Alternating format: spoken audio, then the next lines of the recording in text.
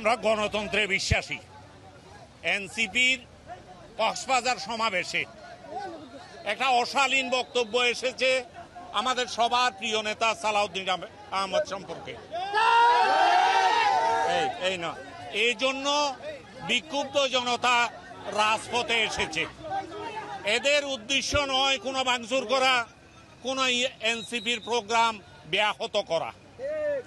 আমরা যদি কিছু করতে চাই আমরা গণতান্ত্রিক উপায়ে করব। আমরা বাংলাদেশ জাতীয়তাবাদী দল গণতন্ত্রে বিশ্বাস করি। এনসিপি রাজনৈতিক দল হতে চাচ্ছে, এখনো নিবন্ধন পায়নি। ওনাদেরকে আমরা আহ্বান জানাবো ওনাদের বক্তব্য যেন শালীন হয়, সুন্দর হয় এবং রাজনৈতিক হয়। এর মীমাংসা আশা করি কেন্দ্রীয়ভাবে হয়ে যাবে। আমার সৈনিকদেরকে রাজপথে নামতে হবে না। আমরা সড়কও অবরোধ করিনি, আমরা কোনো দোকানপাটেও হাত দিইনি, আমরা ওনাদের পদযাত্রায়ও কোনো ব্যাহত করিনি। আমরা করব না, আমরা সড়ক অবরোধ করব না, আমরা কোনো দোকানপাট বা স্থাপনায় হাত দেব না। ওনাদের যাতায়াতে আমাদের কোনো প্রতিবন্ধকতা থাকবে না।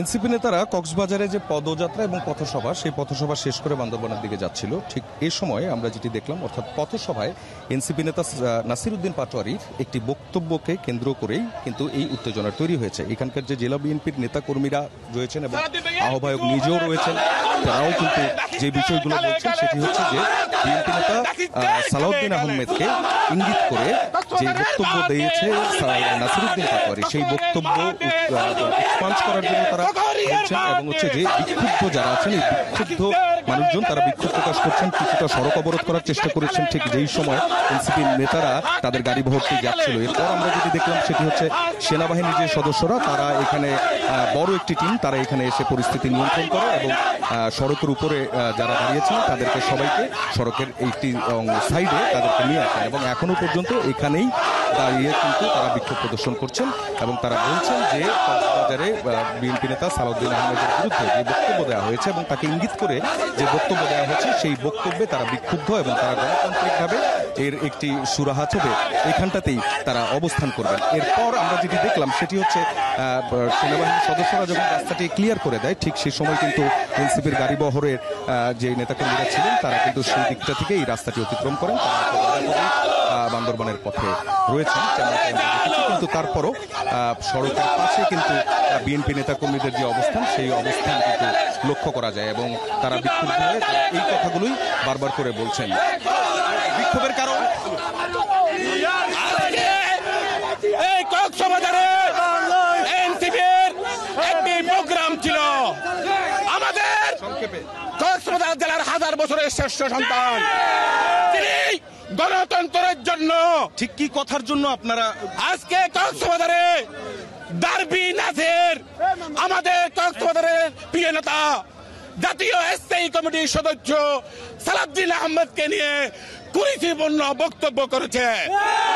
তার প্রতিবাদে আজকে চকরিয়ায় সালাউদ্দিন প্রেমীরা রক্তে আগুন জ্বলে এনসিপি নেতাদেরকে দাওয়া করেছে।